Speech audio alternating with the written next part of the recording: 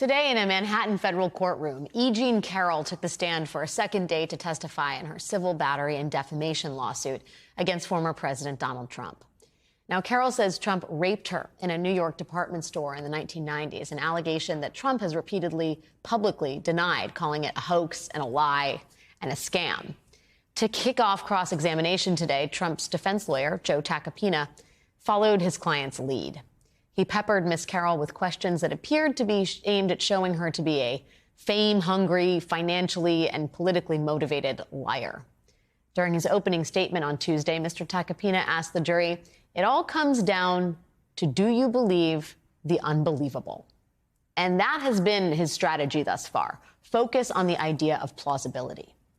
Mr. Tacopina spent a lot of time today highlighting Ms. Carroll's memory lapses and any inconsistencies in her account.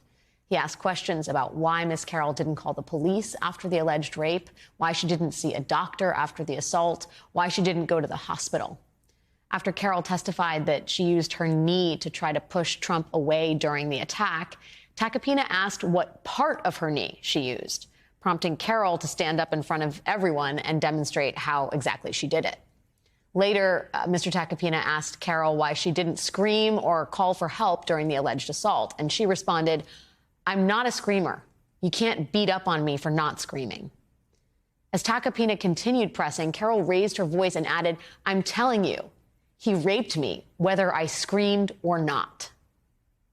Mr. Tacopina insisted he was only asking questions, but Ms. Carroll called him out for asking the questions that victims fear the most. Quote, "Women who don't come forward, one of the reasons they don't come forward is they are asked why they didn't scream. Some women scream, some women don't. It keeps women silent." Mrs. Carroll is not the only one who didn't appreciate this line of questioning. Judge Lewis Kaplan called certain questions argumentative and repetitive. He also interrupted Mr. Tacopina several times, ordering him to clarify and move on. Despite those admonishments, Tacopina's questions became so badgering, touching on subject matter that both parties agreed previously was off limits, that Judge Kaplan decided he'd had enough. The judge interjected one last time and then dismissed the jury while Mr. Tacopina was in the middle of a question about the dress Ms. Carroll wore on the day of the assault. This is that exchange. Mr. Tacopina, now, even though you didn't keep an account of this alleged rape in your diary, you did keep the dress you supposedly wore that day? Carroll, yes. Didn't throw it out? Carroll, no, it was a beautiful dress. You didn't burn it? Carroll, no, I would never burn a beautiful item of clothing. Judge Kaplan, we're going to break here for the day. We will return on Monday at 10 a.m. And that was that. Joining us now is New York Times columnist, author, and MSNBC contributor Michelle Goldberg. Michelle, it's so good to see you. I found so much of the transcript, what was said in court today, riveting and extraordinary and distressing. And one of the most sort of excruciating exchanges, but also enlightening exchanges, was E. Jean Carroll's description of how she thought about this, what she calls rape, in the moments after it happened. And I just want, for people who haven't read this, I want to read this description and this exchange between her and Mr. Tacopina. Now, Carroll testified she thought Trump was they were in the lingerie part of Bergdorf Goodman's, and she thought Mr. Trump was going to actually try on the lingerie himself. She thought this was all kind of a funny interaction they were having. And then everything changes when they get to the dressing room. And that's where she says Trump raped her. And then Ms. Carroll says on the stand, "I was going to tell my friend Lisa the story, which I thought was hilarious. And then I got to the point where I had to tell Lisa that Trump pulled down my tights. And before I said that, Lisa had to tell me to stop laughing. My mind, I think I was slightly disordered and disoriented." Tacopina says, "You just said, Ms. Carroll, that you were going to tell Lisa the story that you thought was hilarious?" This is Carroll. "Yes." Tacopina, "So you thought the story of being raped by Donald Trump?" Carroll, "No, I didn't think that story was hilarious. I thought that story was tragic. I wanted to tell Lisa because I hoped Lisa would tell me, 'Oh, no, E. Jean, it's okay. It's okay. It's all right.' But when I heard the words, when Lisa said he raped you, those were the words that brought the reality to my forefront of my mind." There is so much that society puts on women in the aftermath of alleged sexual assault. And this goes so far in explaining the complexity of emotions, right? Where you don't want to believe that what just happened to you was actually rape. I found it just remarkably frank. How did you read it, Michelle? I would say two things. I mean, yes, remarkably frank and just remarkably real. I think that in that moment, you are so stunned. You're so kind of you think, is this really happening? Could this be really happening? And, you don't want to believe it.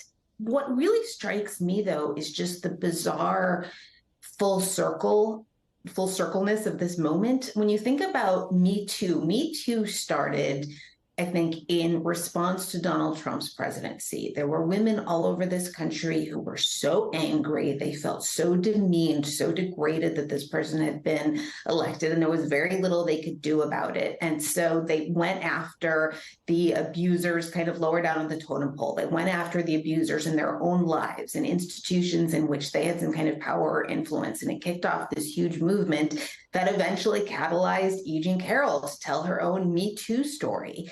And it brings us to this moment when Donald Trump is finally being held to account, or potentially held to account, for the abuse of women, both that he's been accused of and, abuse of women that in some cases he's boasted about. But in this questioning, it's almost as if Me Too didn't happen. It's almost as if all of the kind of reckoning and public dialogue that we've had about why victims don't act in the way that, people who watch too many crime dramas think that they should act, why they don't act that way. And yet, why sort of sexual assault often doesn't play out the way people imagine that it's going to play out, and why that doesn't make it any less traumatic. It's almost as if none of that has actually happened with this attorney. Yeah, I thought the exact same thing. The idea that we're in this kind of pre-Me Too moment where, so much has been unearthed about the ways in which we doubt women when they tell us things, and that this notion of women as unreliable narrators when it comes to their own bodies, like a lot of that was debunked in the aftermath of Me Too, and yet this is kind of a Jurassic version of American society where none of that chapter didn't unfold, and that we didn't have a sort of come to Jesus moment where it's like, you should believe women when they tell you things. I just wonder if you think it's going to work as a tactic. The judge seems really skeptical of Mr. Tacopina's line of questioning. I can't predict whether it will work. I mean, I think that, New York City is a city that has no love lost for Donald Trump, but I don't know, I think we've made some progress since Me Too, but people still love to doubt women. We saw similar questions being put to Amber Heard. Why didn't you go to the hospital in the defamation case that Johnny Depp brought against her? And the jury, the jury bought it. And so, I think that the reason that lawyers have tried to impugn the credibility of rape victims is because people often reflexively doubt women's tales of abuse in the way that they don't reflexively doubt, kind of other crime victims talking about things that happened to them. Yeah, and certainly the leading trend right now, especially among Republican lawmakers, is to not believe women when they're talking about things that happen to their own body. If on the subject of abortion, there are states now where if a woman wants to have an abortion because she says she's been raped, she has to have a police report to back it up. I think in Florida, Idaho, West Virginia, Georgia, and Utah.